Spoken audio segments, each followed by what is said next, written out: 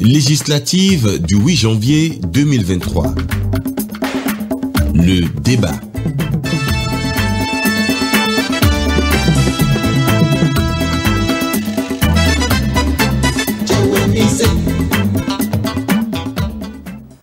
Madame, Monsieur, bienvenue à ce 7e débat organisé par la Haute Autorité de l'Audiovisuel et de la Communication dans le cadre de la campagne médiatique pour les élections législatives du 8 janvier 2023. C'est encore une fois pour vous, partis politiques, l'occasion de vendre vos idées aux électeurs. Ce débat va principalement s'animer autour de la question de la santé.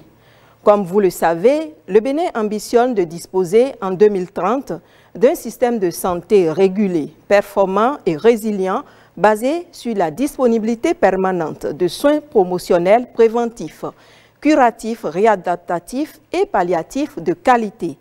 Des soins équitables et accessibles selon le cycle de vie à tous les niveaux de la pyramide sanitaire, avec la participation active de la population. J'ai cité ainsi la vision du Plan national de développement sanitaire 2018-2022. Protection et promotion de la santé des personnes au Bénin, quelle piste de solutions législatives? C'est la thématique de notre débat de ce soir, déclinée en quelques grandes questions que nous vous soumettrons, mon collègue de TVC Bénin et moi. Hébert Rouyimbo, bonsoir. Bonsoir, excellent ami et très chers collègues de la Radio nationale. Professeur David Kofi Azza, vous représentez le parti Moël Bénin. Nous sommes très honorés de représenter le mouvement des élites engagées pour l'émancipation du Bénin. Moël Bénin est le parti d'avenir. Merci. Docteur Bertin Lokossou, vous êtes du BR. Merci madame et monsieur les journalistes. Je représente le parti Bloc républicain à ce débat. Merci.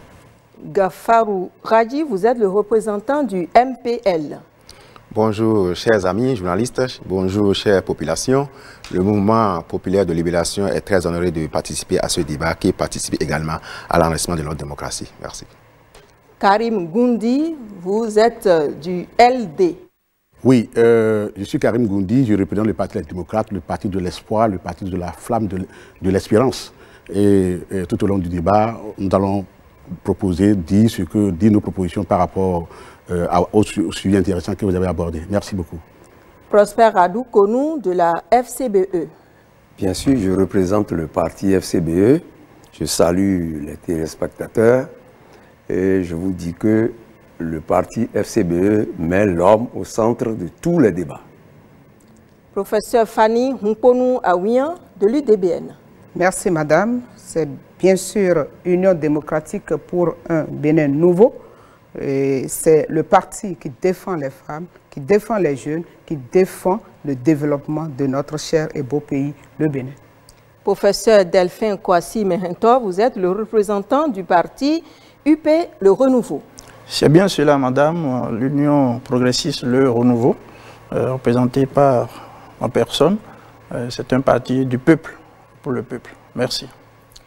Avant d'aller plus loin, il nous faut rappeler aux débatteurs les règles qui vont régir ce débat. Hébert Rouyimbo. Madame et messieurs les représentants des partis politiques, les règles éditées par la RAG dans le cadre du débat des élections législatives sont les suivantes. Vous avez le même temps de parole, 10 minutes en tout pour répondre à nos questions et à d'éventuelles interpellations de vos challengers et 2 minutes pour conclure ces échanges sur des points que vous jugez utiles et pertinents pour faire décider les électeurs. La transparence étant un principe à valeur constitutionnelle, l'ordre de prise de parole a été retenu par tirage au sort.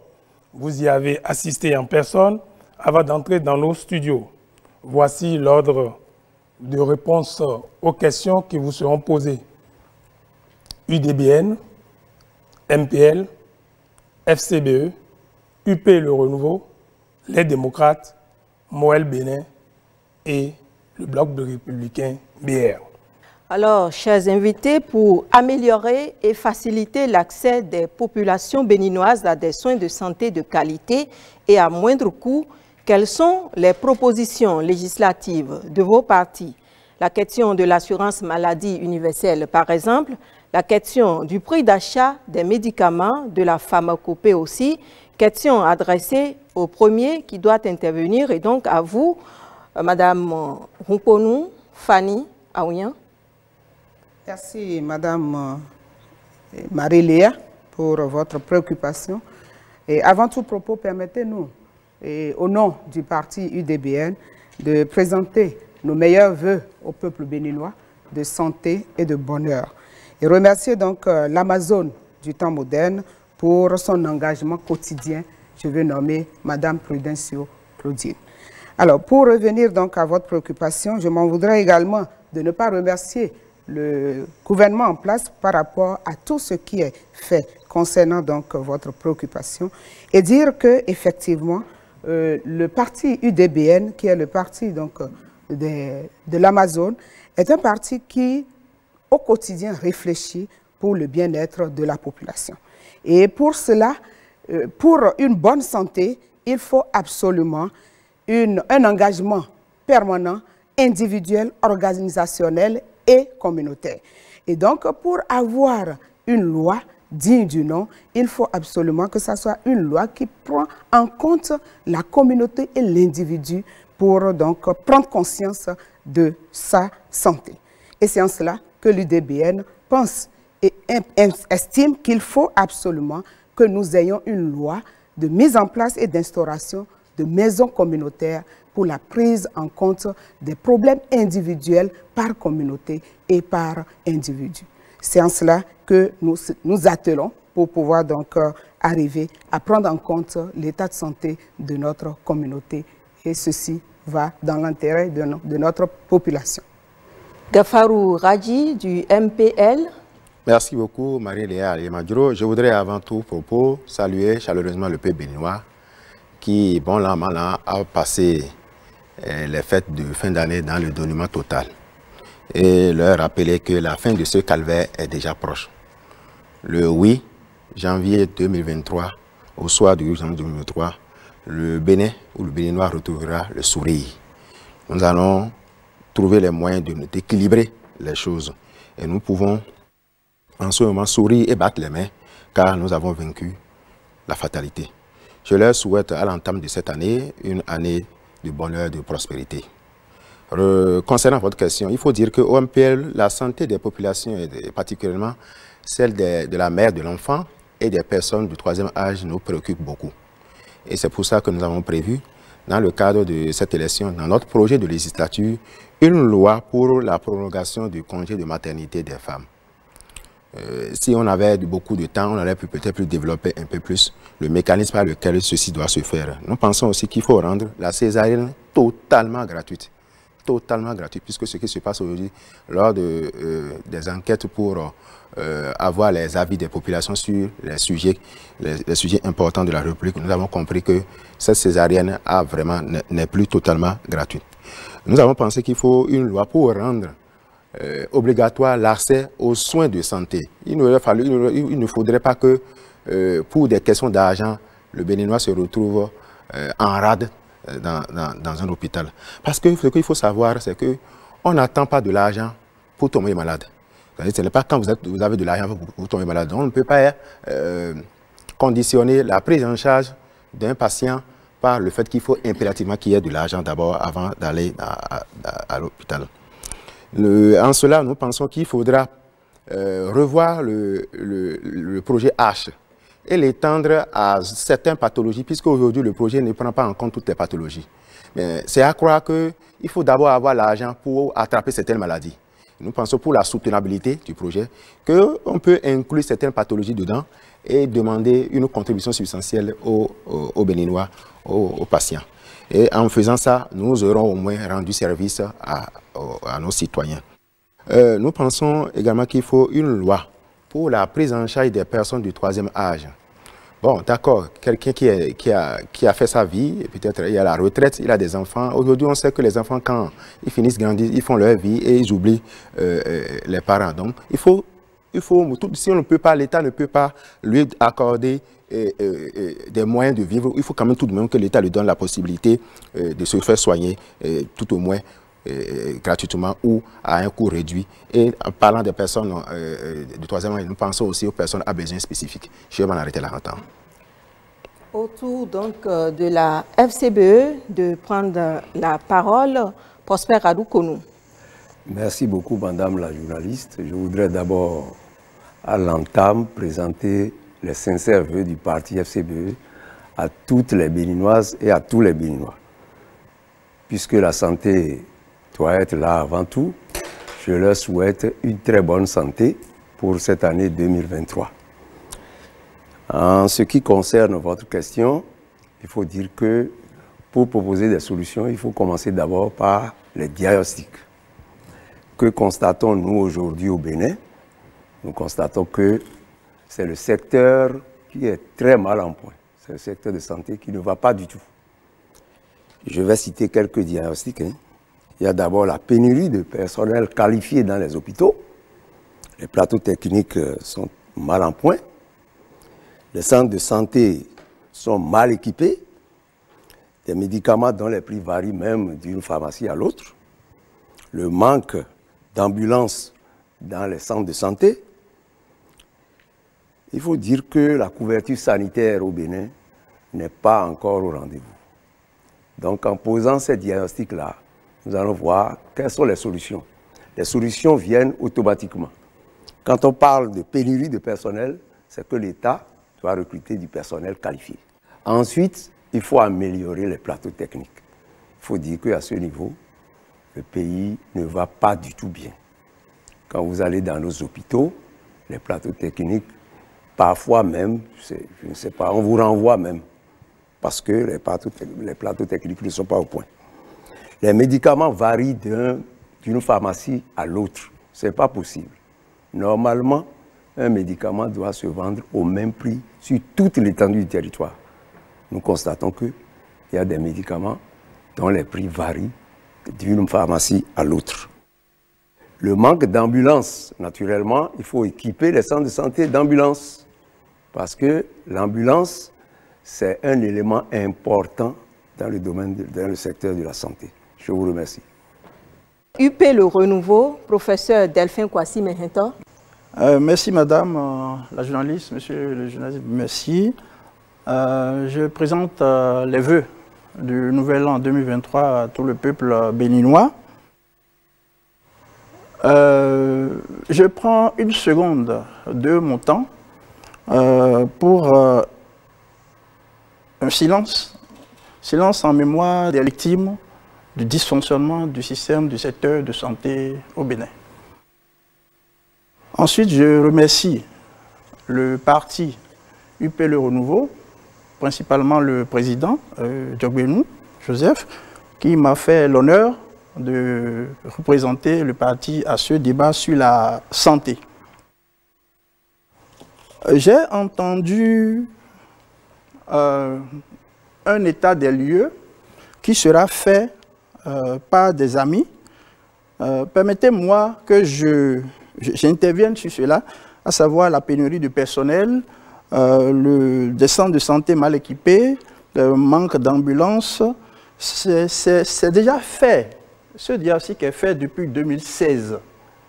Lorsque le président Patrice Talon est arrivé au pouvoir, un des premiers chantiers a été la création d'une commission, dite commission chargée des réformes dans le secteur de la santé.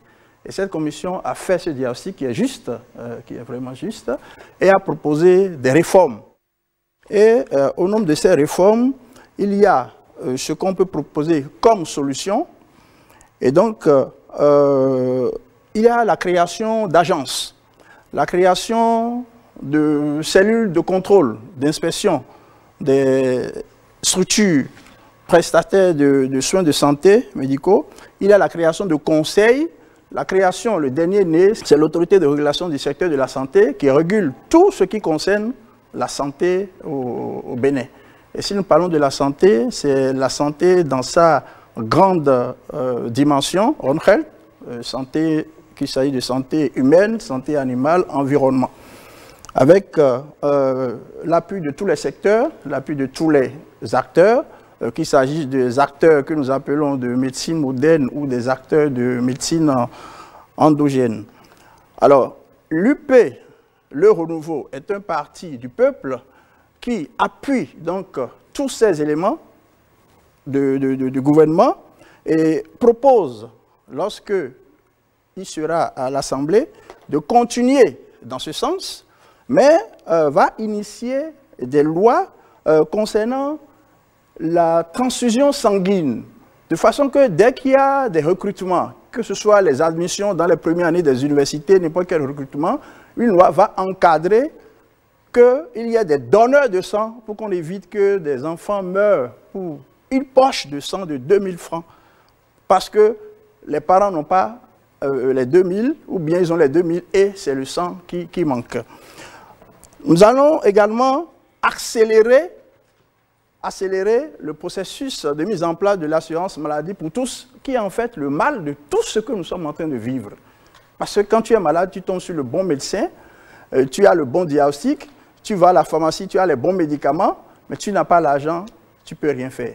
L'assurance maladie est l'amélioration de la qualité de vie des populations qui va améliorer leur bien-être, leur poche, va permettre donc d'arriver à bout et d'avoir des soins de qualité.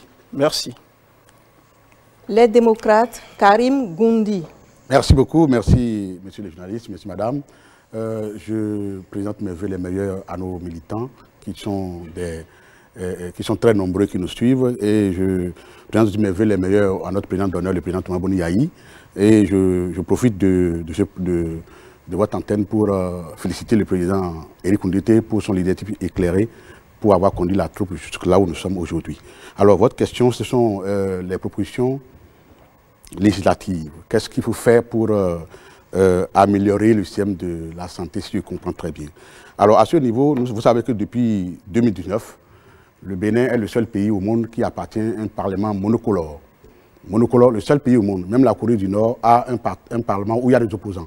Alors, le fait déjà que le Parti des démocrates iront massivement prochainement à l'Assemblée nationale, ça va changer la donne. Et les propositions que nous allons faire, c'est quoi? Nous voulons de la clarté. Lorsqu'on gère l'argent du contribuable, on ne le gère pas dans l'opacité. On n'a pas le droit même de le faire. Le Parti des démocrates vient pour modifier ce fait-là, déjà.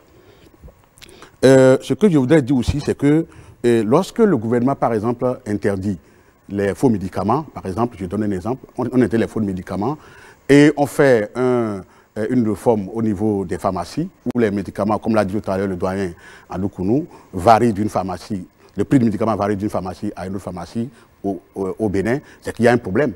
Et nos députés sont là, ils sont assis à l'Assemblée nationale et ils prennent l'argent du contribuable et ils font ce qu'ils veulent de notre pays. C'est ça nous allons mettre un thème à tout ça. Alors si le Parti démocrate va à l'Assemblée nationale, nous allons dire au chef de l'État, nous allons dire au gouvernement que le gouvernement n'a pas le droit. Le gouvernement n'a pas le droit de mettre à la présidence de la République des fleurs qui nous ont coûté des milliards. Et en face de la présidence, nous avons des gens qui meurent pour 500 francs, pour 800 francs. C'est ça nous allons... Parce que le Parti des démocrates, c'est le parti du peuple pour le peuple. Nous mettons l'homme au cœur du développement. Lorsque nous ne pouvons pas être à l'Assemblée nationale, voir qu'on entretient des fleurs avec des milliards de notre francs. Quand vous dites l'argent du contribuable, madame, monsieur, l'argent du contribuable, c'est l'argent de tout le monde. Hein. C'est l'argent de la bonne dame de Karim Maman, c'est l'argent de la bonne dame de Lalo, c'est l'argent de tout le monde. Mais depuis 2016, nous avons constaté que l'argent du contribuable a été privatisé et c'est ce que nous allons refuser quand nous allons partir à l'Assemblée nationale. Merci beaucoup. Moël Bénin, professeur David Kofi Aza. Merci. À long terme, je voudrais, au nom du parti Moël Bénin et de son président Jacques Ayadji, présenter mes vœux les meilleurs à notre chère population et à nos frères et sœurs de la diaspora également. Au niveau du parti Moël Bénin, nous pensons autrement les choses. Nous pensons autrement les choses parce que on dit chez nous, dans la tradition, c'est-à-dire que les plumes font la grosseur de l'oiseau. Et quelles sont les plumes, quelles sont les potentialités que nous disposons? Il faut d'abord, moi je pense qu'il faut d'abord commencer par ce que nous détenons. Parce que vous savez, la médecine moderne d'aujourd'hui, hier était d'abord traditionnelle. avant d'être modernisés. Et nous estimons que les maux qui nous minent essentiellement au niveau de la santé au Bénin ne sont pas seulement à retrouver dans la modernisation déjà qui est très avancée au niveau de notre médecine, parce que depuis 2016, beaucoup d'efforts ont été fournis par le gouvernement en place pour améliorer le plateau technique, améliorer le système sanitaire de notre pays. Donc, beaucoup de choses ont été faites dans ce sens. Mais aujourd'hui, qu'est-ce que nous proposons? Nous estimons qu'il faut d'abord commencer par appuyer et encourager d'abord la formation, mais également la mise en place des laboratoires susceptibles de nous produire à partir de nos plantes des médicaments capables de régler un certain nombre de maladies au Bénin, parce que vous savez, nous avons beaucoup de maladies essentiellement tropicales et dont les médecines moléculaires, donc les médicaments de la pharmacie, n'apportent pas grand-chose ou n'arrivent pas à éradiquer. Je donne des exemples très clairs par rapport à la santé de reproduction, par exemple. Nous avons beaucoup de plantes chez nous qu'on pouvait développer et produire même de façon industrielle pour améliorer et guérir certaines tumeurs que nos femmes traînent, telles que les myomes, les fibromes, les kystes, et qu'on traite facilement au niveau de la médecine traditionnelle, mais qu'on ne retrouve pas au niveau de la médecine moderne. Et en seconde position, nous estimons qu'il faut, pour avoir accès facile à des médicaments moléculaires modernes aujourd'hui, le mieux, c'est de les fabriquer ici. Et pour ça, nous estimons qu'il faut véritablement encourager la création des laboratoires capables de nous produire ces médicaments à bon prix pour que ceux qui sont importés ne soient pas un fardeau pour la population. Je m'en arrête là pour le moment. Les attributs du parti Bloc républicain sont ici portés par vous, Dr Bertin Lokossou. Merci Marie-Léa.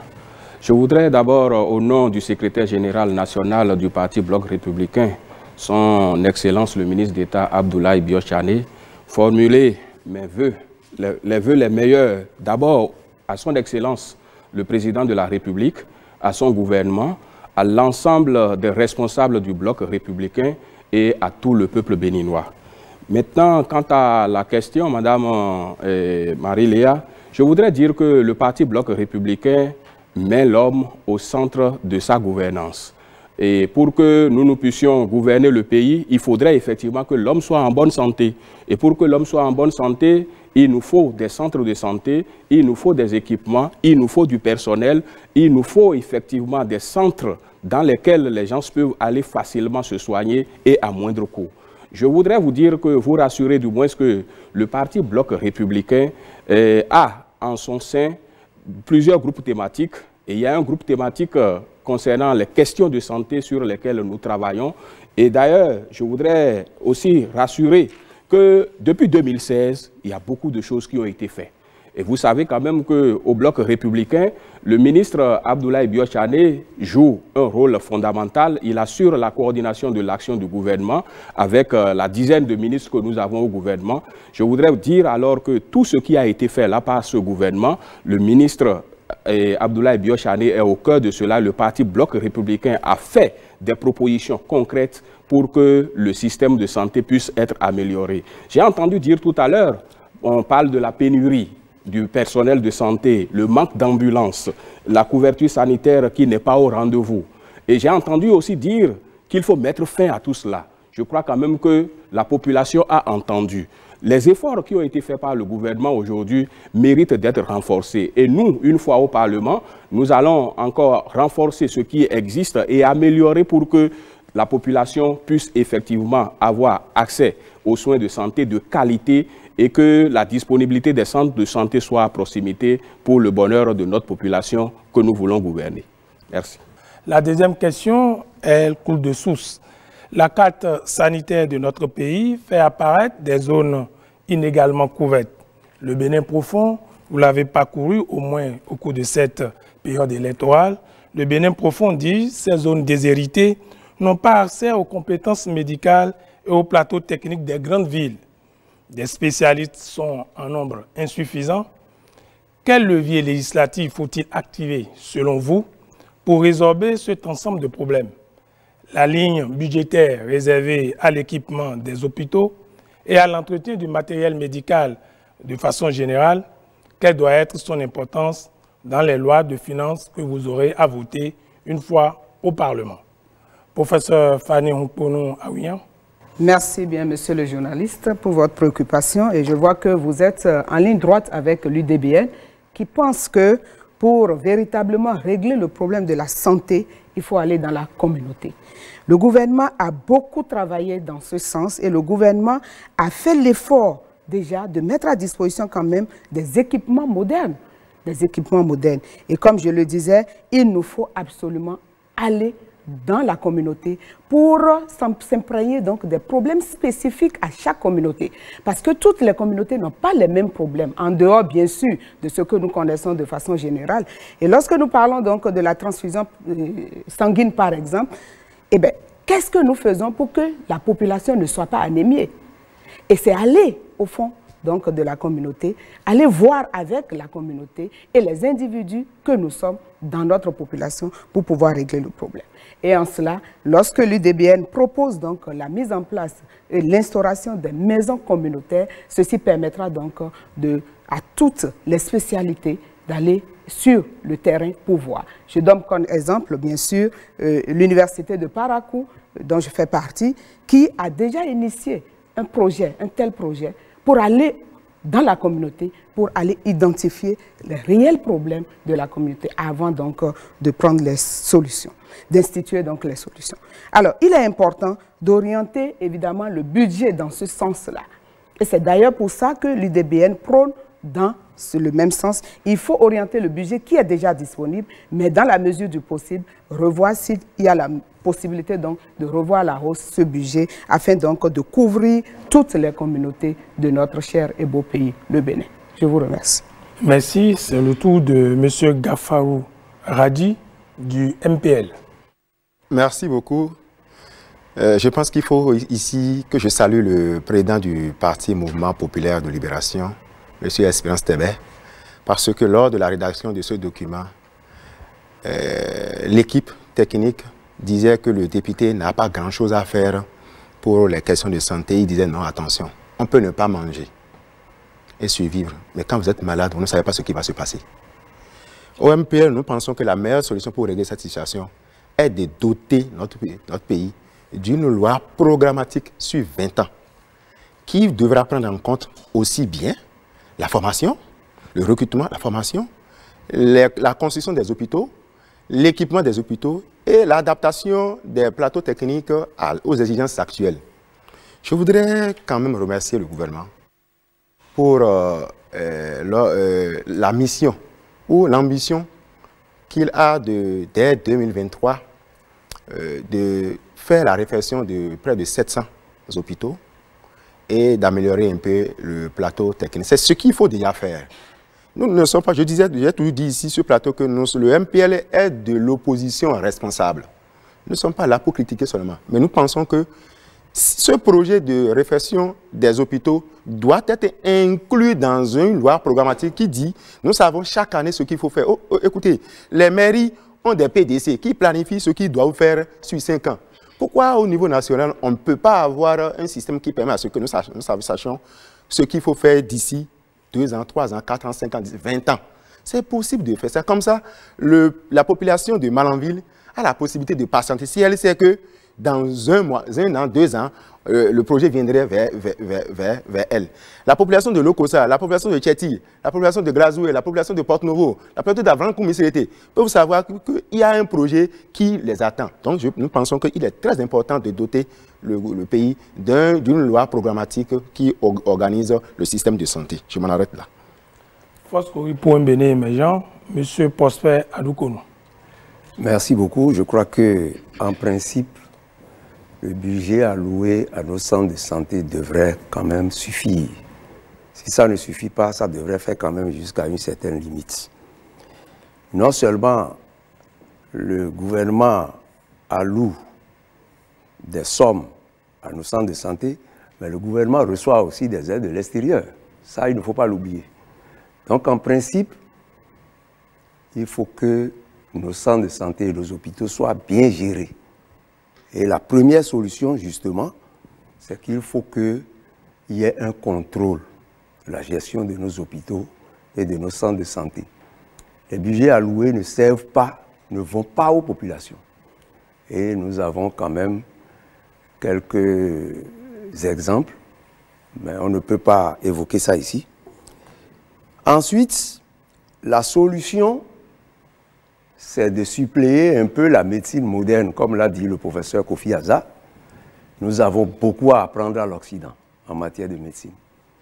Parce que la médecine moderne a ses limites. Et ça, je l'appuie.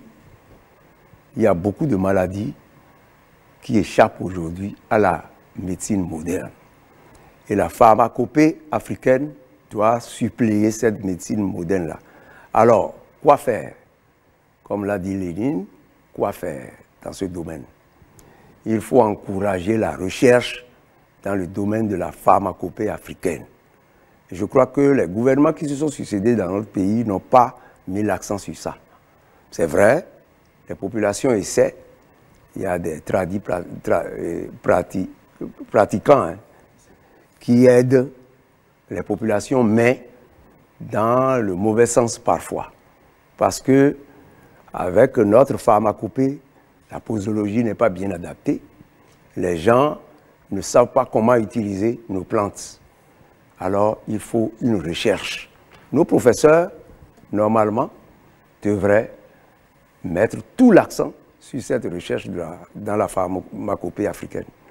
Et je pense que le gouvernement actuel, s'il devrait aider les populations, surtout là où les centres de santé n'existent pas, il faut que la recherche scientifique aide ces populations-là à surmonter certaines maladies. Je vous remercie.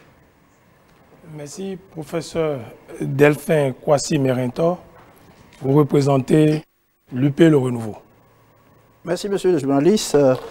Pour la question du budget, une fois à l'Assemblée, l'UP Le Renouveau va œuvrer à ce qu'on augmente le budget alloué à la santé, qui est a priori 15% par rapport au budget national, et veiller à ce que ces budgets soient répartis de façon équitable dans les différents secteurs. En ce qui concerne la carte sanitaire, l'UP Le Renouveau va œuvrer à l'accélération de la mise en place de la carte sanitaire de façon précise, on sache sur tout le territoire béninois qu'est-ce que nous avons comme structure de santé, qu'est-ce que nous avons comme personnel de santé, qu'est-ce que nous avons comme infrastructure, quelles maladies on peut traiter là-bas. Et là, depuis Cotonou, depuis l'extérieur, je peux savoir, quand je vais venir au Bénin, quels soins je peux recevoir dans telle localité ou pas. Je vous remercie. Merci. Les démocrates avec M. Karim Goundi. Oui, merci beaucoup. J'ai écouté tout à l'heure mon ami de MPL dire qu'ils vont tout faire pour que le gouvernement a dit qu'il va réfectionner un certain nombre d'hôpitaux. Le PAG 1, 5 ans sont déjà passés. Nous sommes dans le deuxième PAG. Deux ans dans le deuxième. Et on nous parle de réflexion, on ne parle pas de construction. Quand on est une opposition responsable, on n'encourage pas les réflexions, on encourage les constructions. Il faut construire davantage. Alors, je voudrais rappeler à vos téléspectateurs qu'ils voient déjà que ceux qui sont là en train de défendre aujourd'hui le parti et surtout le gouvernement, ils voient déjà qu'ils ne sont pas là pour leur intérêt, ils ne sont pas là pour l'intérêt des populations, ils sont là pour leurs propres intérêts. Je voudrais dire ceci, je voulais rappeler que tout budget d'un gouvernement passe toujours à l'Assemblée et va en débat. Tout budget va en débat, et lorsque le ministre de la Santé vient avec son budget, il soumet aux députés. Les députés du parti Les Démocrates refuseront de la supercherie, refuseront du saupoudrage et va recadrer ce qui va se passer. Alors, qu'est-ce qu'on propose concrètement? Qu'est-ce que les démocrates proposent concrètement? Nous proposons que, et ça, le président Éric Condé a l'habitude de le dire souvent, il va transformer les députés élus dans chaque circonscription électorale, et je vous garantis que nous allons avoir des députés dans chaque circonscription électorale. On va transformer ces députés-là en des prisonniers de leur circonscription électorale. Vous devez venir avec les problèmes de votre circonscription électorale et pour que le parti puisse rédiger des stratégies par rapport à ça et vous aider à poser des questions au ministre, parce que depuis un certain temps, la question au ministre a disparu. Les députés votent les yeux fermés, parce qu'on a dit qu'il faut fermer les yeux pour voter. Nous n'allons pas fermer les yeux, nous allons ouvrir les yeux pour voir les difficultés des populations. Je vous remercie. Professeur David Kofi Aza, du Moël Bénin. Merci. Je pense pour cette problématique-là, au niveau du parti Moël Béné, comme je vous l'ai dit, nous avons une vision tout autre. C'est-à-dire que déjà aujourd'hui, par rapport à la volonté du gouvernement à faire la promotion des investissements et surtout le partenariat public-privé, nous proposons, et nous allons proposer à l'Assemblée, un partenariat tout autre, c'est-à-dire qu'on va plaider en faveur de la mise en place d'un fonds d'investissement, d'un fonds de première installation, un fonds de première installation pour les médecins qui sortent de nos universités. C'est-à-dire que quand les médecins sortent, la première des choses, c'est de chercher à se faire recruter dans les cabinets privés ou publics. Aujourd'hui, nous allons proposer la mise en place d'un fonds de première installation pour que, quand ils sortent les zones où il y a de vide sanitaire, qu'on puisse leur permettre de leur remettre les moyens qu'il faut pour qu'ils installent des hôpitaux eux-mêmes. C'est-à-dire que l'État ne peut pas tout faire. Et à partir de ce moment-là, ceux-là auront les moyens de faire une installation d'un établissement sanitaire pour suppléer le gouvernement sur le terrain. Donc, apporter des soins d'abord de qualité, mais également à moindre coût, parce que l'État les aurait appuyés d'abord à la construction et à la gestion de ces hôpitaux-là. Deuxième chose, nous allons revoir, parce que le mode d'entrée dans les écoles sanitaires aujourd'hui pose problème. Ce n'est pas parce que j'ai échoué à un examen que je suis un cancre.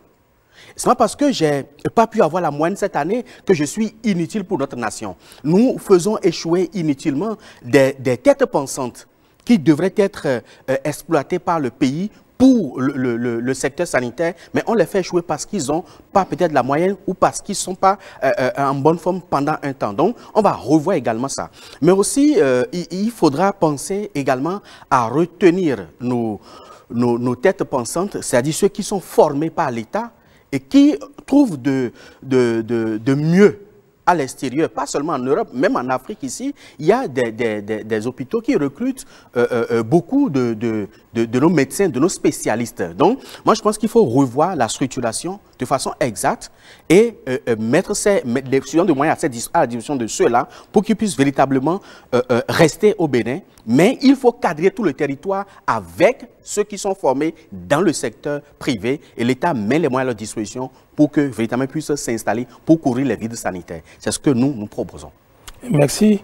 C'est le tour à présent du docteur Bertin Lokossou du Bloc républicain. Merci, monsieur le journaliste. Je le disais tout à l'heure que, en fait, le Bloc républicain est un parti bien organisé. Et quand vous prenez la pyramide sanitaire de notre pays, elle est bien organisée. Vous savez, déjà au niveau des villages, nous avons les unités villageoises de santé, les centres de santé d'arrondissement, les centres de santé communaux, les hôpitaux de zone, les hôpitaux départementaux et les hôpitaux universitaires.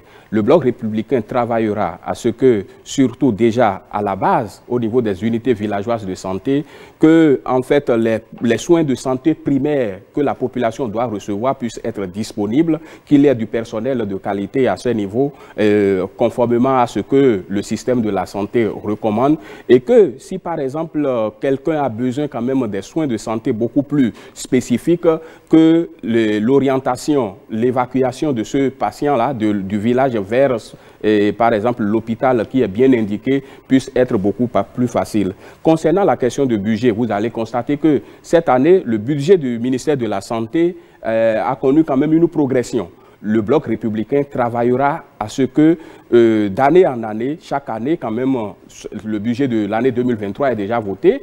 Quand nous serons au Parlement, nous ne pouvons plus rien faire pour le budget de cette année. Mais le budget de l'année 2024, nous allons travailler avec une organisation bien précise pour que en fait, les équipements puissent être disponibles. Je voudrais donner quand même deux exemples pour témoigner quand même que ce que le gouvernement fait est à saluer. Et là, étant donné que nous sommes au gouvernement, nous travaillons effectivement à renforcer cela. Quand nous prenons par exemple la question des équipements, écoutez, nous avons quand même connu dans ce pays et ce qui se passait avant 2016. Mais depuis 2016, aller au CNHU, aller à l'hôpital de Porto-Novo, aller à l'hôpital universitaire de, comment dit-on, de Parakou, vous allez constater quand même qu'il y a de nouveaux équipements. Le rapprochement aussi des structures de soins de qualité. Vous voyez, auparavant, quand par exemple les patients ont besoin d'être dialysés, ils sont obligés de venir jusqu'au CNHU. Mais de nos jours, depuis 2016, depuis l'avènement du président Patrice Talon, il est possible aujourd'hui de se faire dialyser à Parakou. Et la dernière en date, c'est l'hôpital de Porte-Nouveau où les dialysés puissent venir désormais recevoir ces soins. Je pense quand même que c'est des choses qui méritent d'être renforcées. Et nous, au Bloc républicain, nous travaillerons à cela. Merci. Toujours sur la question du financement des infrastructures sanitaires, mais aussi le contrôle de l'investissement fait au profit des centres de référence comme le CNHU Hubert Koutoukou-Maga, au profit des hôpitaux de zone et des centres de santé d'arrondissement, entre autres. Comment comptez-vous assurer le contrôle de l'action gouvernementale et donc pousser à améliorer la gestion des hôpitaux et des services aux usagers? Professeur Fanny Humponou Aouyan de l'UDBN. Merci Madame Yemadjro pour votre préoccupation. Nous allons d'abord remercier le chef de l'État et son gouvernement pour tous les efforts fournis, comme l'avons dit en entame, et pour la mise à disposition donc, de ces équipements, et des équipements lourds et modernes. C'est à saluer. Et il est question maintenant de pouvoir s'assurer de la bonne gestion de ces équipements.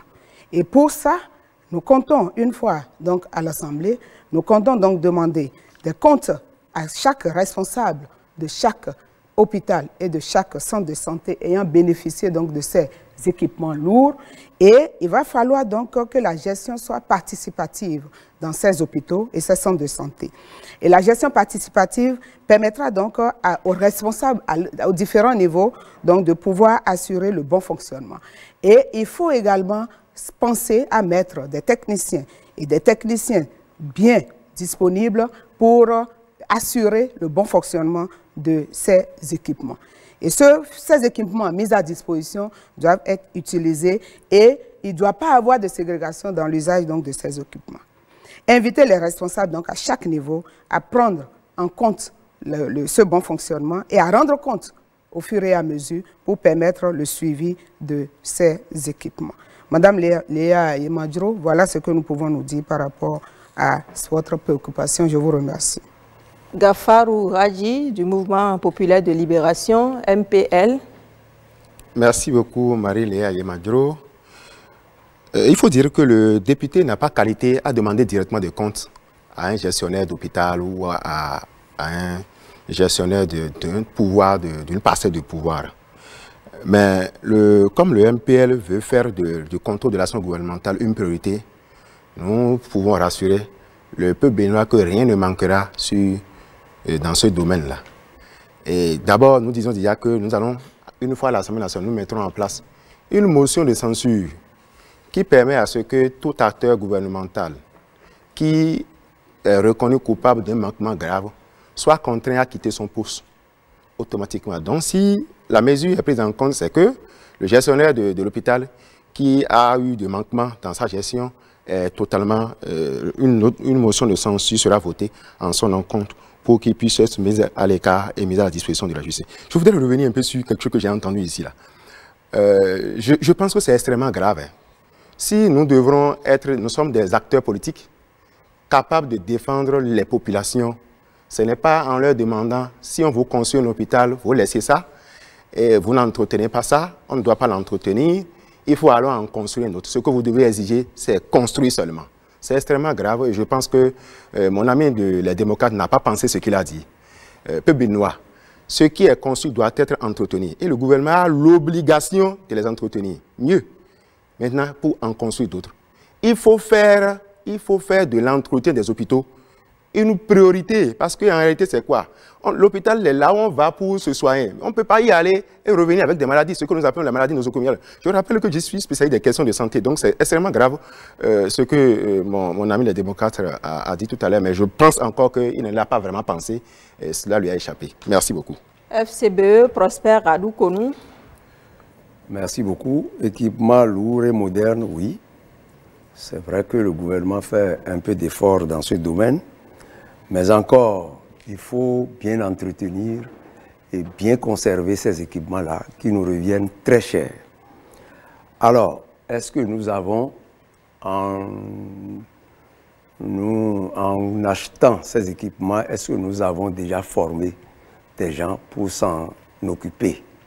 C'est une question que moi je pose, parce qu'on constate, après ces équipements, quelques années après, ces équipements tombent en panne et parfois même sont complètement hors d'usage, et c'est de l'argent pratiquement perdu pour l'État. Donc, il faut mettre l'accent sur la formation des personnels chargés d'entretenir ces équipements-là.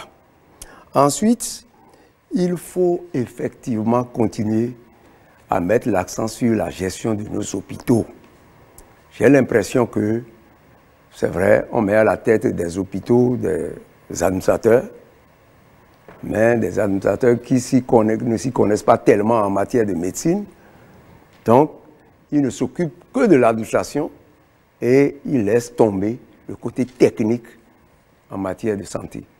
Je crois qu'il faudra, même s'il faut continuer à recruter ces administrateurs-là pour gérer les hôpitaux, il faut les former aussi pour dire que c'est eux qui sont responsables des équipements de leurs hôpitaux. Je vous remercie. Qu'en dit-on à l'UP, le renouveau, professeur Delphin Kwasi Mehentor? Merci beaucoup, madame la journaliste. Concernant la gestion, le contrôle de la gestion, c'est un problème de gouvernance. Nous pensons faire de notre cheval de bataille que tous ceux qui ont la gestion des hôpitaux puissent rendre compte périodiquement de leur gestion. Et quand c'est bon, c'est bon. Quand ce n'est pas bon, qu'ils soient remplacés par d'autres personnes. Ça suppose qu'il y ait un cahier de charge bien destiné à ces dirigeants des hôpitaux. Je voudrais nous rappeler que le gouvernement du président Patrice Talon a bien vu en même temps, maintenant en formation, nous avons des médecins qui sont en formation pour gérer les hôpitaux. Et ça se passe ici au Bénin, et après ils iront à l'extérieur pour continuer leur formation. Donc c'est pensé, la question est réglée. Donc, responsables seront évalués sur des indicateurs bien précis. Mais je voudrais, en dehors de ça, par rapport à la question de la réfection des hôpitaux, dire qu'il y a la construction de l'hôpital de référence d'Abomey-Calavi, qui est un hôpital de pointe, et qu'il y a la construction de l'hôpital d'Alada pour la psychiatrie. Il y aura des hôpitaux qui vont être construits bientôt, pas loin d'ici, dans le Grand Nokwe. Et donc, ce n'est pas seulement réfection, c'est aussi construction des hôpitaux. Et je m'en arrête là. Merci beaucoup. Les démocrates, Karim Goundi. Merci beaucoup, madame la journaliste. Merci, monsieur le journaliste. Vous savez, sous la rupture depuis 2016, lorsqu'on parle financement, c'est égal à opacité. Quand on dit financement, là où il y a l'argent, il faut qu'il y ait de l'opacité. Nous, quand nous allons partir à l'Assemblée nationale, on va demander des comptes. Parce que, comme je l'ai dit tout à l'heure, c'est l'argent du contribuable qui est utilisé et non l'argent d'un privé. Donc, nous allons faire un effort de contrôler les financements, de savoir où l'argent est mis, quel point est fait par rapport à tout ça. Jusque-là, déjà, le simple fait d'aller à l'Assemblée nationale et de contrôler pour qu'il n'y ait plus cette opacité. C'est pourquoi d'abord notre parti politique, c'est la flamme. D'ailleurs, on amène la lumière là où il y a de l'obscurité. Donc, si on arrive à faire ça déjà, on a déjà réussi un grand coup. Deuxième chose que je voudrais souligner, tout à l'heure, j'ai entendu le professeur de l'UPR parler de l'hôpital de référence. Ça m'a fait sourire. L'hôpital de référence, il faut dire aux populations ce qui est réellement. L'hôpital de référence, qui veut construire l'hôpital de référence? L'hôpital de référence dont on est en train de parler est en train d'être construit et veut être construit par les Français. Pourquoi les Français veulent le construire? Les Français veulent le construire parce que, à cause de nos évacuations sanitaires. Lorsqu'on envoie nos malades de l'autre côté qui coûtent cher, c'est parce qu'ils veulent aller profiter d'un système donné.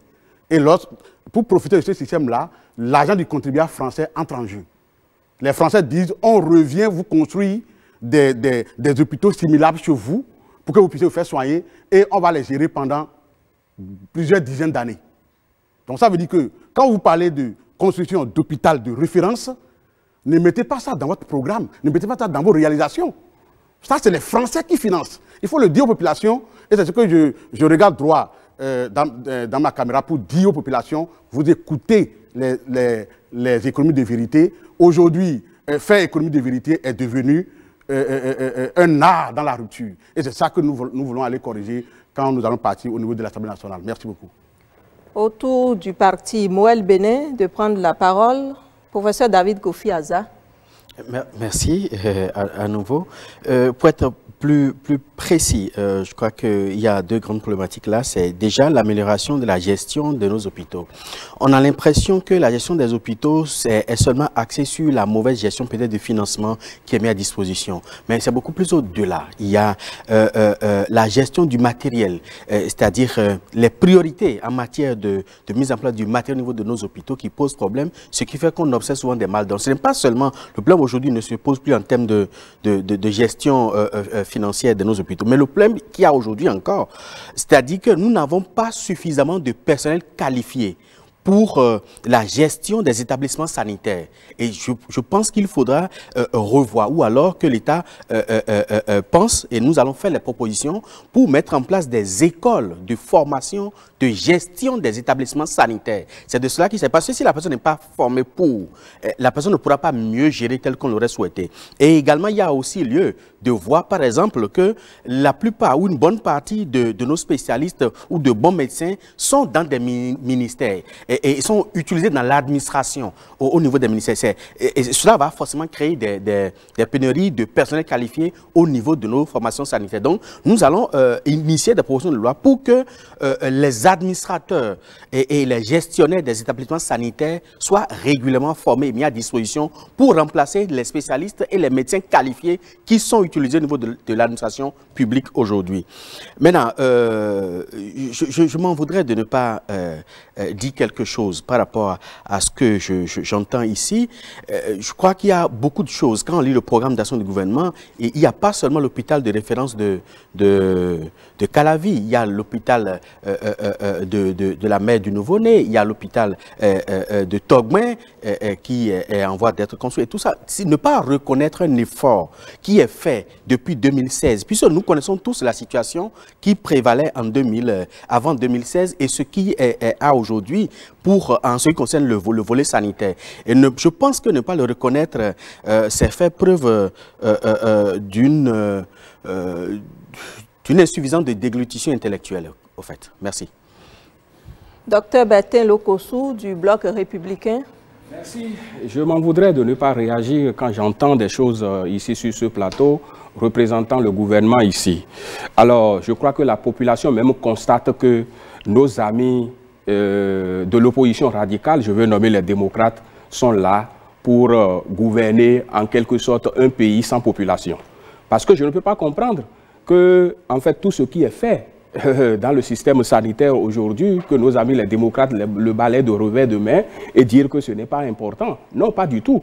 Moi, je suis un acteur de l'hôpital. Je peux vous dire qu'en ce qui concerne la gestion dans les hôpitaux, le mécanisme existe aujourd'hui. Quand vous prenez les hôpitaux, par exemple, d'abord, les discussions se font en ce qui concerne le contrôle de la gestion du matériel ou bien du budget, des financements de l'hôpital. Le mécanisme existe dans nos hôpitaux. Chaque mois, par exemple, le CODI restreint de l'hôpital discute et voit en fait dans tous les sens ce qui se passe. Et puis après, dans les hôpitaux, nous avons les conseils d'administration. Et nous, au Bloc républicain, quand nous serons à l'Assemblée nationale, ce que nous allons faire, c'est que nous allons poser, en fait, interpeller le gouvernement par rapport à la gestion dans nos hôpitaux. Et s'il le faut même, nous allons encourager la mise sur pied des commissions d'enquête et les membres du parti Bloc républicain feront partie de ces commissions d'enquête pour aller voir ce qui se passe réellement dans nos hôpitaux. Donc vraiment beaucoup de choses se font et nous, vous savez, comme je le dis, ce n'est pas que nous nous approprions cela, nous sommes à la coordination de l'action gouvernementale. Toutes ces orientations qui sont données aujourd'hui en ce qui concerne le bien-être de la population, le Bloc républicain est vraiment au cœur de cela et le Bloc républicain continuera de défendre la population pour que cette population puisse recevoir des soins de qualité. Merci, docteur Bertin Lokossou. Le député, vous le savez, son rôle c'est de voter les lois, contrôler l'action du gouvernement et consentir l'impôt. On vote les lois pour corriger une situation. Et parmi les situations urgentes du pays, il y a entre autres le départ de plusieurs médecins béninois vers d'autres pays ou continents et l'inadéquation de certaines formations médicales. Ce sont là autant de préoccupations des populations béninoises. Que proposez-vous comme texte de loi pour amener le gouvernement à mieux répondre aux attentes des populations sur ces questions-là? Professeur Fanny Mpono Aouyan. Merci bien. Merci bien. Alors, l'UDBN, une fois à l'Assemblée, compte d'abord à expliquer à chaque médecin de prendre conscience, parce que la prise de conscience doit être d'abord individuelle. Et également, une fois que le médecin doit être appelé pour une formation à l'extérieur, il va falloir que le gouvernement donc puisse cadrer. Donc nous aurons à proposer des lois pour cadrer le départ en formation, que ce soit en stage et en formation de nos médecins formés ici au Bénin. Et pour le faire, ce n'est pas aussi simple, mais ce n'est pas non plus compliqué, c'est de savoir là où chaque médecin ira pour sa formation et pouvoir donc rester en contact avec ces hôpitaux pour rappeler le délai consenti. Parce que, qu'est-ce qui est remarqué, c'est qu'une fois sur place, eh bien, les accords sont pris, les négociations sont faites pour que les médecins puissent s'installer.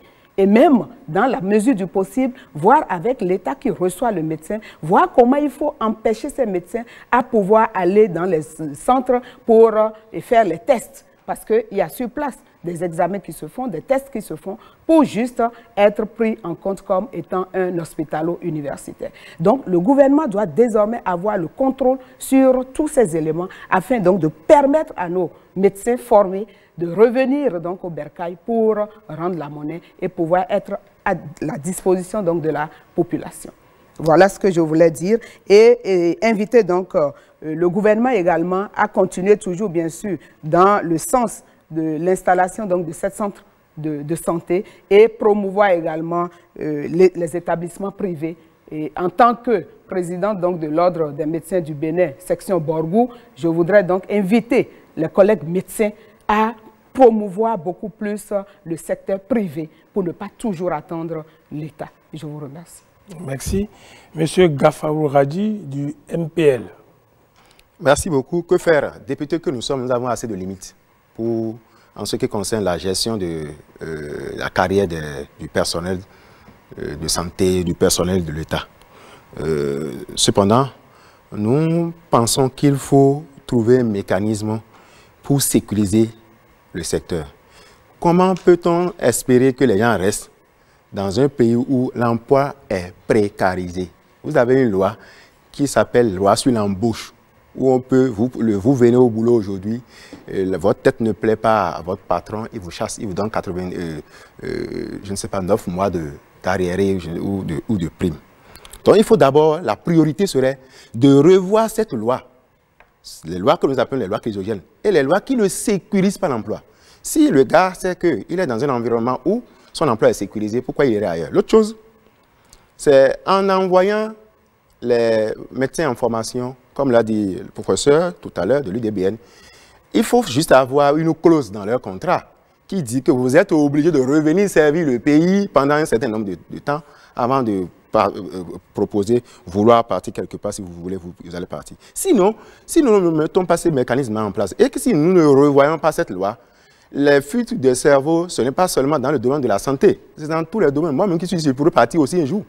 Parce que si je sais que je ne suis pas sécurisé dans mon pays, dans mon propre pays, où on peut me virer à tout moment, s'il y a quelqu'un d'autre me propose quelque chose ailleurs, je pourrais partir.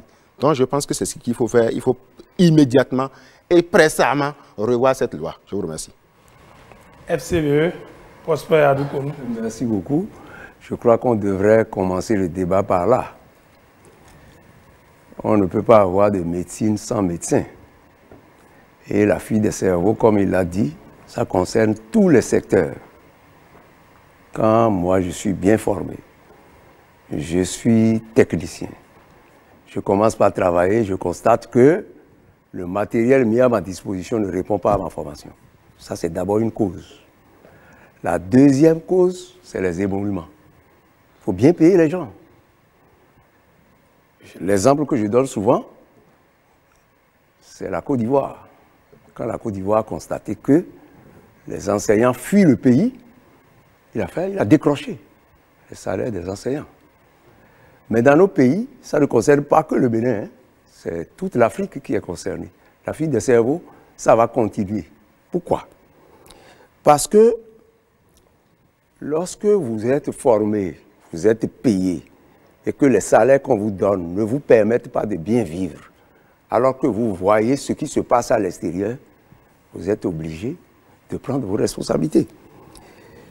Donc, non seulement la fuite des cerveaux, ce n'est pas pour les émoluments seulement, c'est pour leur perfectionnement aussi, pour aller ailleurs où ils seront utilisés à bon escient. Parce que je suis formé et je suis sous-employé dans mon propre pays. Je suis médecin, peut-être ophtalmologue, mais je n'ai pas les équipements pour travailler. Alors qu'ailleurs, non seulement on m'offre les équipements, mais on me paye encore comme je le souhaite. J'irai ailleurs. Donc c'est un phénomène qui va se poursuivre et qui n'est pas du tout prêt à être interrompu dans notre pays. Il faut décrocher les salaires si vous ne voulez pas que les cerveaux fuient. Je vous remercie. Merci, professeur Delphin Kwasi Méritor de l'Union progressiste Le Renouveau. Merci, monsieur le journaliste. J'ai envie de demander à mon doyen de la FCBE jusqu'où il est capable de faire la concurrence de salaire avec la France. Pour dire que nous n'avons pas les moyens de faire cette concurrence par rapport au salaire. Mais ce qu'il faut faire, c'est de créer les conditions qui permettront aux médecins, aux professionnels de santé, là où ils se trouvent, d'avoir non seulement son salaire, mais d'avoir des conditions de vie favorables pour sa famille. S'il est bien payé que la femme qui est commerçante ne peut pas vendre parce qu'il n'y a pas de marché dans la localité, s'il est médecin que ses enfants ne peuvent pas trouver une bonne école pour aller, il va descendre à Cotonou. Donc les autres, c'est déjà interne et aussi externe.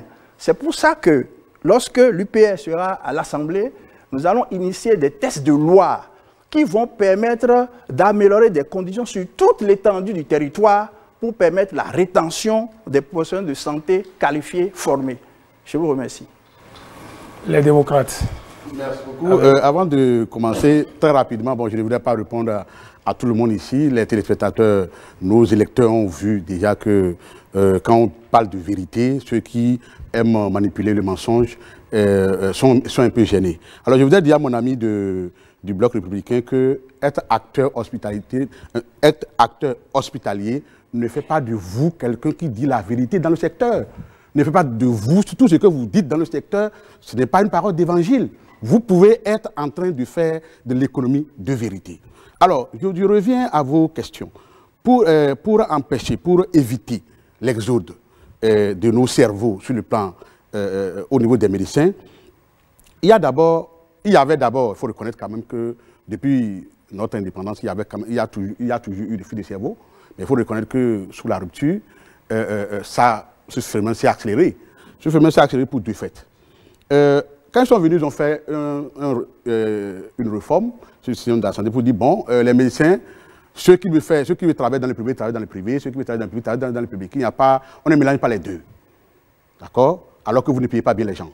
Et on dit, bon, on le fait parce que ils vont dans les privés, ils oublient les hôpitaux publics, ainsi de suite, ainsi de suite. Le ministre de la Santé est là pourquoi? Et ces démembrements sont là pourquoi? C'est pour contrôler tout ça.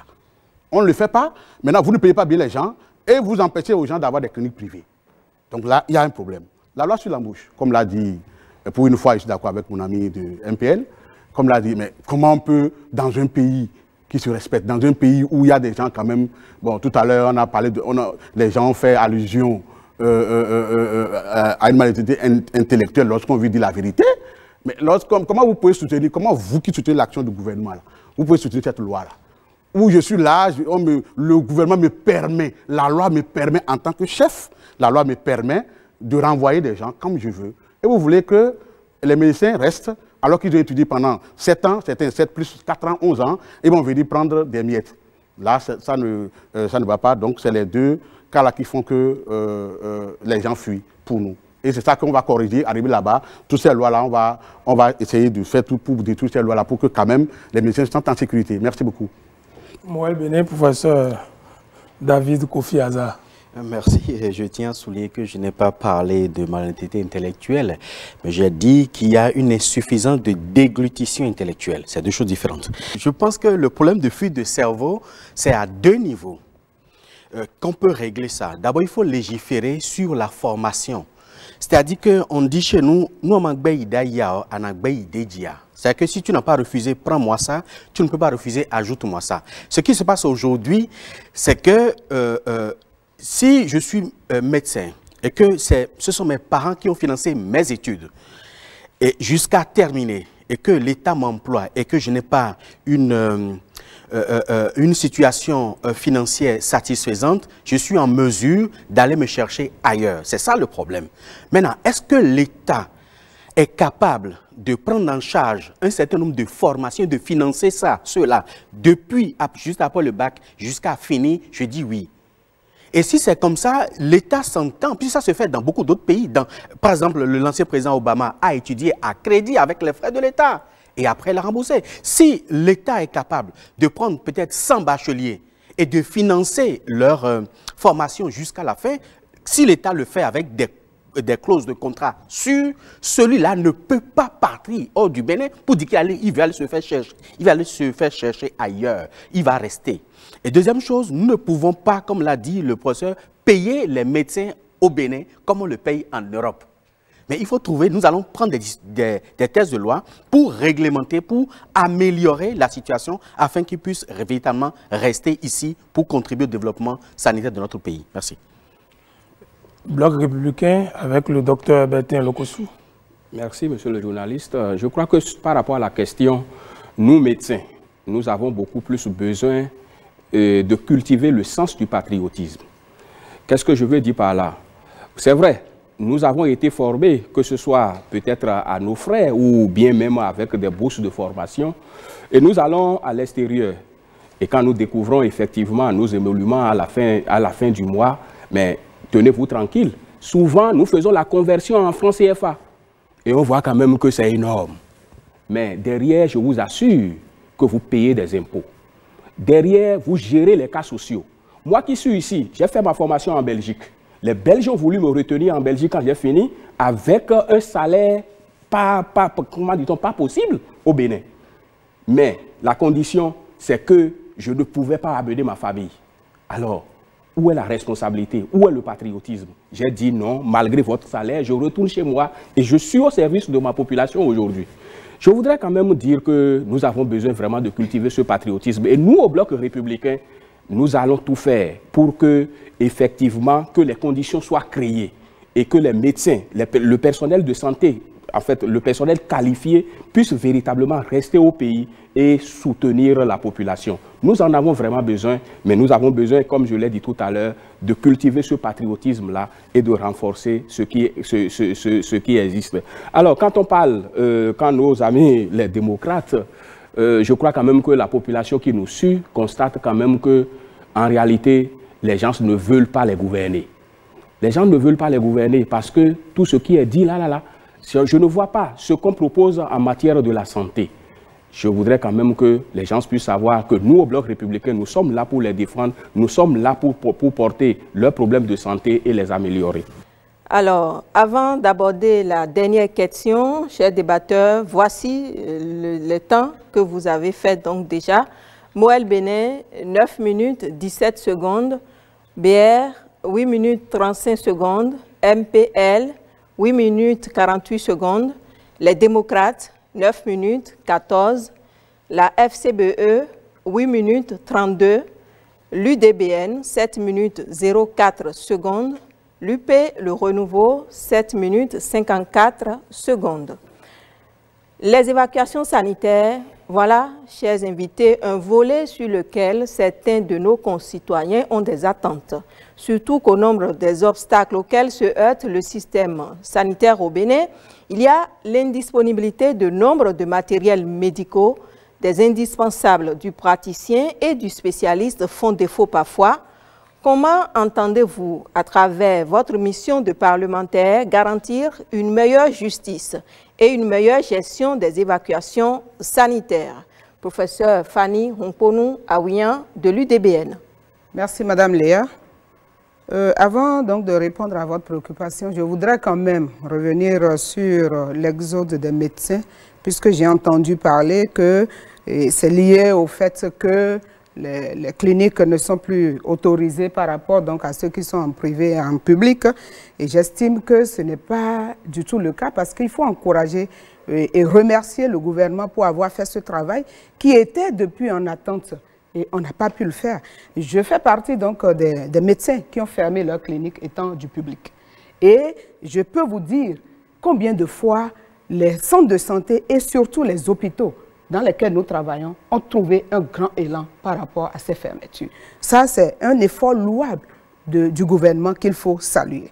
Et comme on l'avait dit, il faut absolument améliorer les conditions de travail et de vie des médecins pour leur permettre de revenir. Ceci étant, je voudrais revenir donc par rapport à l'évacuation sanitaire pour dire que, surtout toujours dans le même sens, il faut que nous encouragions le chef de l'État et son gouvernement à donc construire ce grand centre de pointe qui permettra, pourquoi pas, à nos médecins de se rendre compte que désormais nous avons quand même des centres de santé et des hôpitaux dignes du nom dans lesquels ils pourront travailler.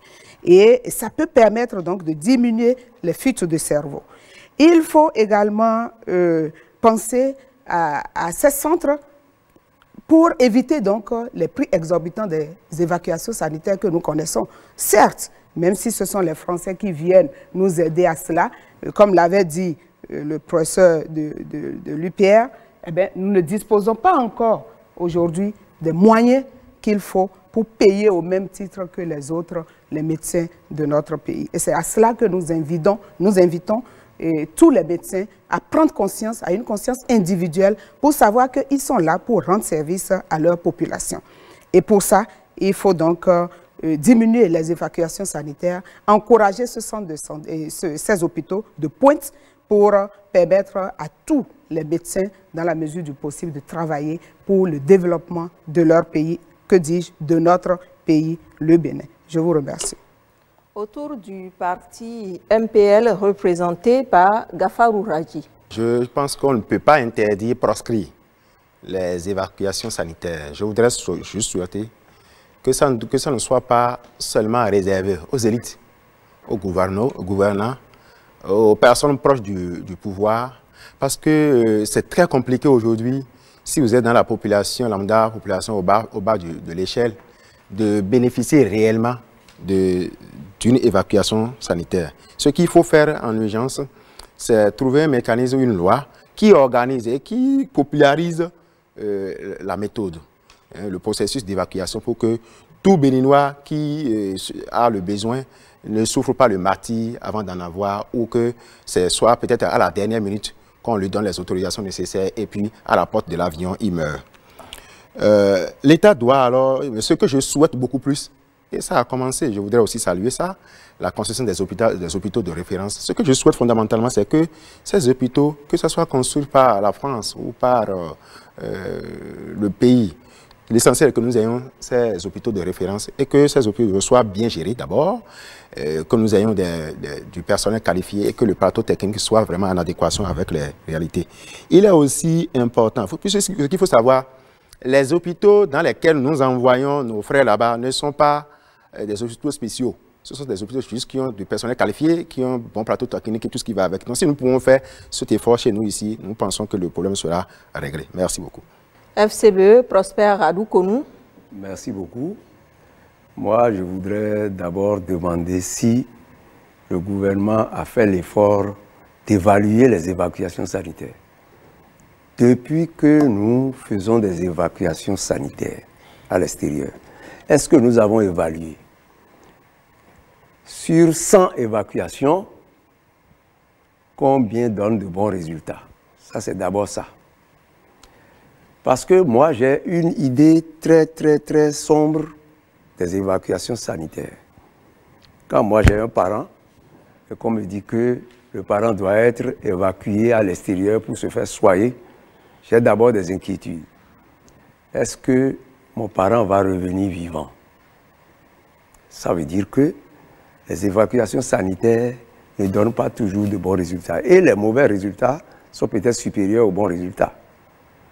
Donc c'est déjà bon que le gouvernement ait pensé construire des hôpitaux de référence ici pour recevoir nos grands malades. Parce qu'en fait, il faut compter avec le délai de route. Quand vous êtes déjà un grand malade, vous devez faire 6000 km avant de vous faire soigner. Il y a déjà des dégâts avant que vous ne soyez soigné. Donc je pense que, comme l'a dit l'ancien président tchadien François Tombalbaye, il a besoin de tous les capitaux, même ceux du diable. Même si c'est un diable qui vient nous construire des hôpitaux de référence, nous, on devrait l'accepter. Parce que c'est pour le bonheur de l'homme. Les évacuations sanitaires, je crois que si on ne peut pas les bannir totalement, il faut quand même les réduire au moins de 80 ou de 90%. Donc, avoir nos hôpitaux de référence qui soient construits par la Chine, par la Corée du Nord ou par la France, nous devons l'accepter. Maintenant, essayons d'évaluer un peu les résultats que ça va donner. Je vous remercie. UP, le renouveau, professeur Delphine Kwasi Mehentor. Je vous remercie, madame la journaliste. Le point de public-privé a fait en même temps par les praticiens hospitaliers, praticiens hospitaliers universitaires, professionnels de santé. Je crois qu'il faut faire attention. Excusez-moi, j'ai été doyen de faculté de médecine là, faculté des sciences de santé pendant 7 ans. Et j'ai constaté que lorsque la décision a été prise d'empêcher d'aller en privé de faire les deux, nos étudiants sont plus encadrés à l'hôpital. Donc, personnel qualifié. Par rapport aux bourses d'études, le Bénin donne aujourd'hui des bourses d'études depuis le bac jusqu'à la spécialisation, que ce soit en chirurgie, en ophtalmologie, partout. Donc, je tiens à apporter ça aussi. La question d'évacuation sanitaire, elle est nettement mieux améliorée parce qu'avant 2016, la situation était qualifiée par une fantaisie dans les évacuations sanitaires pour des maladies qu'on peut traiter ici ou qu'on peut diagnostiquer ici, on envoie le malade. Aujourd'hui, la situation a changé complètement depuis 2016. J'en témoigne. Depuis 2016, ça a changé et il faut, lorsque nous serons à l'Assemblée, renforcer les textes de loi qui existent et initier d'autres textes de loi qui vont bien cadrer encore ces évacuations sanitaires de façon que ce soit exactement ceux qui en ont besoin qui iront. Et l'État, dans tous les cas, ça coûtera cher pour l'État. Et c'est le problème essentiel, ce sont les cancers, d'autres maladies. Et l'État est en train de faire beaucoup d'efforts, et nous allons aller dans ce sens, pour qu'il y ait de quoi traiter les cancers. Il y a ce qu'on appelle la radiothérapie. Ce sera dans l'hôpital de référence d'Abomey-Calavi, et ça va diminuer de façon considérable les évacuations sanitaires. L'État aura l'argent pour faire autre chose, construire les hôpitaux, construire les routes et faire tout ce que l'État peut faire avec. Voilà ce que je dis par rapport aux évacuations sanitaires. Il faut saluer les missions. Pour la première fois au Bénin, depuis 4-5 fois maintenant, on voit des missions de chirurgie à cœur ouvert. Les malades qui n'ont pas l'argent pour aller se faire soigner à l'extérieur, on fait déplacer des compétences, on les traite à l'hôpital là, ils ont les soins, ils sont guéris. Et ça fait 4e, 5e mission avec transfert de compétences en même temps. Donc ça, c'est à souligner. Et je vous remercie. Voilà ce que je dis par rapport à cette question d'évacuation sanitaire. Les démocrates, Karim Goundi, vos idées sur cette préoccupation, cette 5e question? Alors, merci beaucoup. Je voudrais dire aux téléspectateurs, à nos électeurs, que si vous choisissez le Parti des démocrates pour le 8 janvier prochain, les députés qui iront à l'Assemblée nationale vont faire de sorte que les gens ne prennent plus notre argent pour se faire soigner et on va en souffrir, ne pouvoir rien faire. Désormais, lorsqu'on ira à l'Assemblée nationale, on va empêcher nos gouvernants de pouvoir anarchiquement prendre notre argent et aller se faire soigner alors que les populations meurent à côté de leurs services. Il passe y voir des gens qui meurent et fait tout. Donc c'est ce que nous allons contrôler. Voilà ce que je voulais dire en 30 secondes pour pouvoir clôturer ça. Merci beaucoup. Moël Bénin, professeur David Kofi Aza. Merci. À Moël Bénin, l'évacuation sanitaire n'est pas une question prioritaire pour nous, la question prioritaire, c'est l'équipement de nos hôpitaux. Donc, il faudra légiférer dans ce sens-là. On ne peut pas faire une option prioritaire, une évacuation sanitaire, alors que ce qu'on va faire là-bas, on peut le faire ici. Donc, je pense qu'il faut prioriser davantage. Et Moël Bénin va travailler davantage dans ce sens-là pour qu'on puisse équiper davantage nos hôpitaux, pour qu'on ne soit pas amené à faire des évacuations sanitaires. Ceux chez qui nous allons, quand ils tombent malades, eux, ils vont où? Donc, c'est ça le problème. Merci. Docteur Bertin Lokossou, à vous d'intervenir sous l'emblème du parti Bloc républicain. La question des évacuations sanitaires coûte très cher au pays. Et on ne pourra pas continuer d'aller dans ce sens. Et pour ce faire, le parti Bloc républicain va travailler à accélérer le processus de la construction de l'hôpital de Pointe de Calavi. Parce que cela permettra que, en fait, les équipements nécessaires soient disponibles, le personnel aussi soit disponible. Et vous savez, le Bénin dispose des cerveaux. Hein. Je voudrais rendre hommage ici à nos maîtres, et représentés ici par le professeur Méhenton, il fait partie de mes formateurs. Mais je vous dis, ce que nous allons découvrir à l'extérieur n'est rien d'autre que ce que nous avons ici. La seule chose, c'est qu'ils ont les équipements. Sinon, les compétences, la formation de base ici au Bénin, c'est une formation de qualité et ils recherchent ça à l'Occident. Donc, nous allons travailler à ce que les conditions soient créées au pays pour que les gens puissent se soigner, que ce soit du villageois au haut cadre du pays, que les conditions soient créées pour que tout le monde puisse se soigner ici au pays. Je vous remercie. Nous tendons vers la fin de ce débat organisé par l'ARAC. Vous allez utiliser le temps qui vous reste pour vous adresser à la raison et au cœur des Béninois. Vous qui avez déposé au ministère de l'Intérieur les documents fondamentaux de vos partis, qui font de certains partis d'opposition, vous êtes 3, et d'autres partis de la majorité présidentielle, vous aurez à conclure ce débat en exprimant aux Béninois ce qui vous distingue fondamentalement les uns des autres. Nous allons commencer par l'UDBN, professeur Fanny Hongpono-Aouyan. Merci, monsieur le journaliste. Alors, pour conclure, l'UDBN demande à tout le peuple béninois de se lever comme un seul homme pour voter le maïs nourricier et qui va nous permettre de pouvoir donc protéger, promouvoir la santé de tous, en mettant l'accent sur la communauté. Et ceci permettra donc à chaque individu de pouvoir mieux comprendre ce que c'est que la santé et de pouvoir donc se prendre en charge au plan communautaire. Ceci va permettre également d'apporter toute notre contribution en termes de législation et de contrôler l'action du gouvernement pour l'amélioration continue donc, de la politique sanitaire au Bénin. De légiférer autrement, non seulement pour le bien-être intégral donc, de la population, mais également dans tous les autres secteurs en dehors même de la santé. Permettre également à UDBN de pouvoir mettre l'accent sur le développement de notre pays et en particulier la prise de parole des femmes que nous sommes, des jeunes, et pour que vraiment le Parlement soit désormais quand même et être mieux contrôlé et l'action du gouvernement, donc du gouvernement soit mieux contrôlée.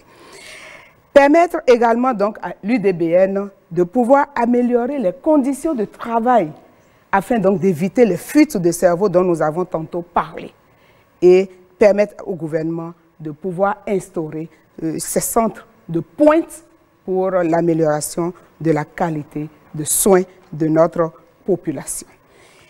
Pour finir, vraiment, nous invitons donc le peuple béninois à se lever pour voter UDBN, le maïs nourricier. Et le jour donc, du vote, on vous présentera donc le spécimen.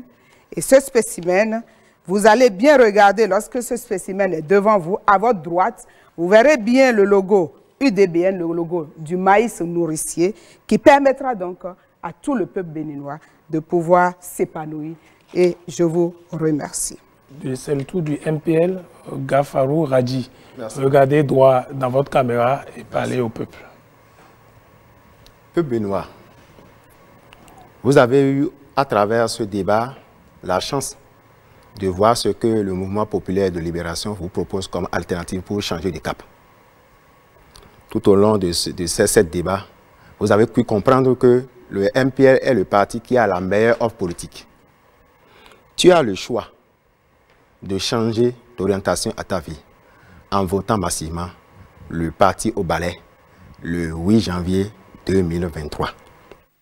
Chère maman, chère sœur, vous connaissez le rôle que joue le balai dans votre quotidien. Ce n'est pas aujourd'hui que vous allez l'abandonner. Vous savez donc ce qu'il faut faire. C'est mettre dans l'huile, le 8 janvier 2023, le parti MPL, le balai, massivement dans l'huile.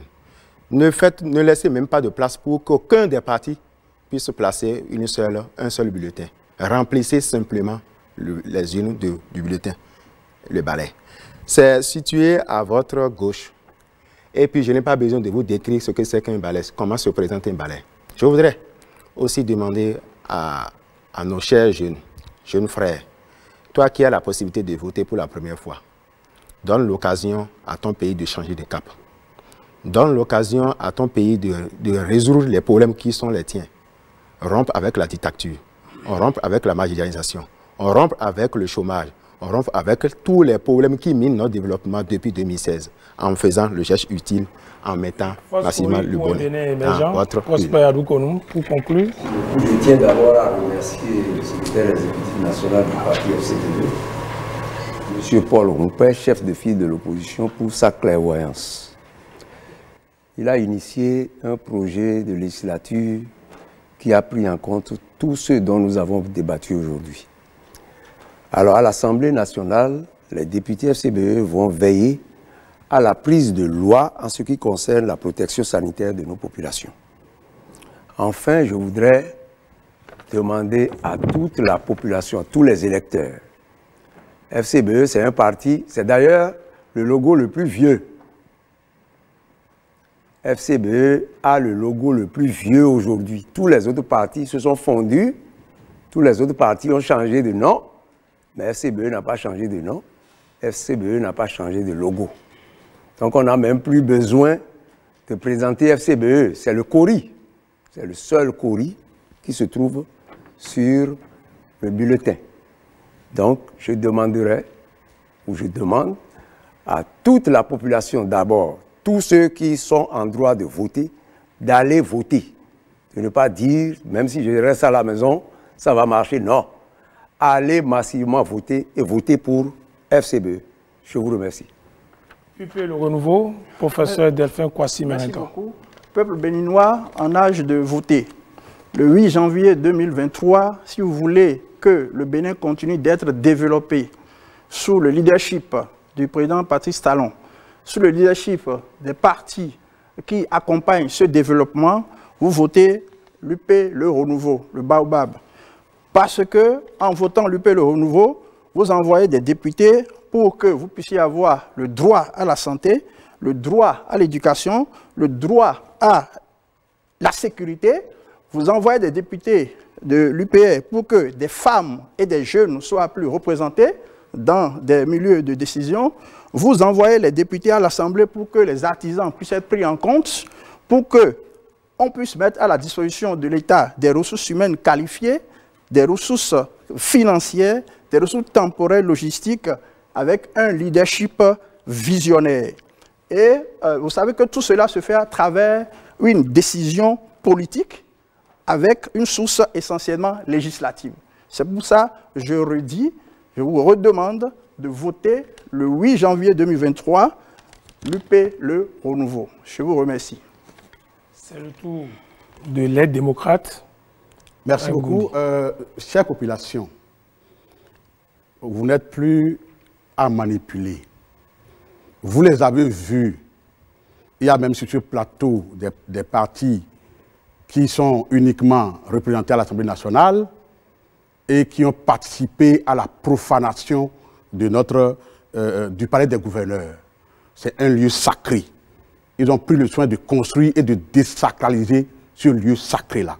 Alors, le Parti des démocrates vous donne l'occasion unique de voter le Parti des démocrates pour finir avec ce spectacle désolant qu'on constate au niveau du Bénin, que je rappelle qu'est le seul pays au monde où l'Assemblée nationale est monocolore. Je rappelle aux populations du Bénin qui aiment sa démocratie, qui aiment la vivacité de sa démocratie, que le Bénin, que même en Corée du Nord, on a des opposants à l'Assemblée nationale. Mais sous la rupture depuis 2019, on n'a pas d'opposants à l'Assemblée nationale et des partis qui sont sur ce plateau, qui vous ont parlé tout à l'heure, ont fait fi de ça. Ils veulent vous tromper. Il faut éviter cette tromperie et vous concentrer sur le vote du 8 janvier. Vous allez vous réveiller très tôt et vous allez partir voter utile en votant le parti Les Démocrates. Si vous votez le parti Les Démocrates, vous empêchez à ceux qui vont prendre votre argent. Ils sont payés par votre argent. Et ils viennent vous narguer. Ils viennent voter des lois contre vous, comme la loi sur l'embauche, qui transforme vos enfants, des jeunes, en chômeurs ambulants.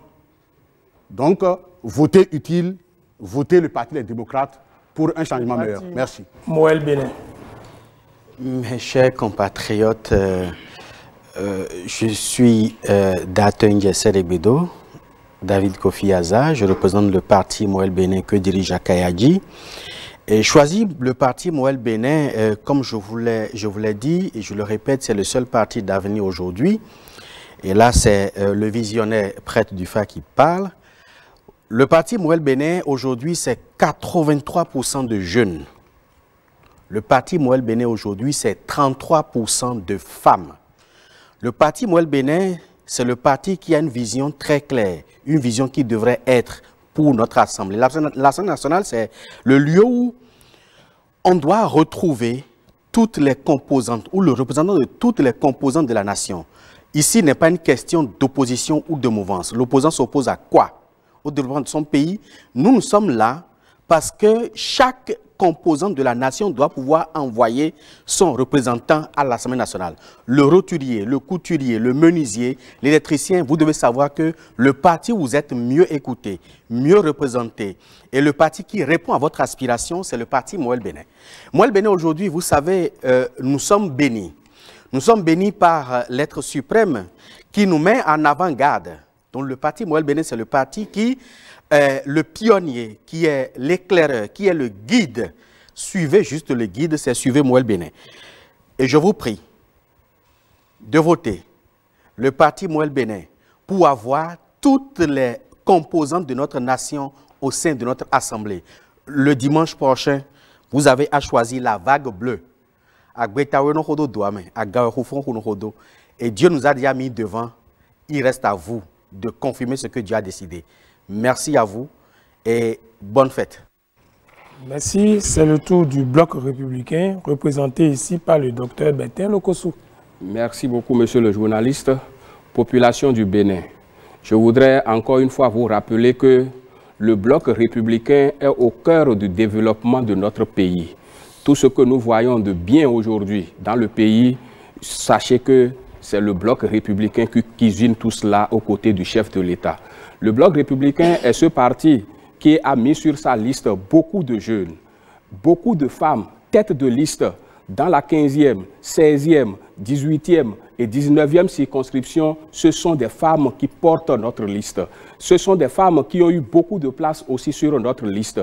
Je voudrais donc inviter la population à voter massivement le 8 janvier prochain pour le bloc républicain. Et je voudrais finir en disant que la providence divine sait bien faire ces choses. Lors du tirage de positionnement des partis politiques sur le bulletin unique, le bloc républicain est à la 7e place. Et ce matin, au cours de ce débat, vous avez constaté aussi que le bloc républicain a confirmé cette 7e place-là. Je voudrais dire que Dieu, le chiffre 7, est un chiffre symbolique pour Dieu. C'est le chiffre de la plénitude. Votez donc le bloc républicain, qui est le parti positionné à la 7e place, le parti du cheval blanc cabré. Votez pour ce parti pour continuer de bénéficier de tout ce qui est de mieux, de tout ce qui est du bonheur de notre population que nous allons confirmer lorsque nous serons à l'Assemblée nationale. Je vous remercie. Mesdames, Messieurs les délégués des partis politiques en compétition pour les élections législatives du 8 janvier 2023, une fois encore, merci. Merci pour avoir répondu favorablement à l'invitation de la Haute Autorité de l'audiovisuel et de la communication pour confronter vos idées dans le cadre de la promotion et de la protection de la santé de la population béninoise. Cette population dont vos partis respectifs sollicitent les suffrages pour envoyer des militants candidats siéger au Parlement. Tout à fait, Marie-Léa Yemandro, chers débatteurs, vos idées et propositions portant sur les questions de santé et bien d'autres vont, nous l'espérons, engager nos concitoyens à sortir massivement pour exprimer dans l'intimité de l'isoloir leur appréciation globale. Merci pour votre aimable attention. Très bonne soirée à toutes et à tous. Législative du 8 janvier 2023. Le débat.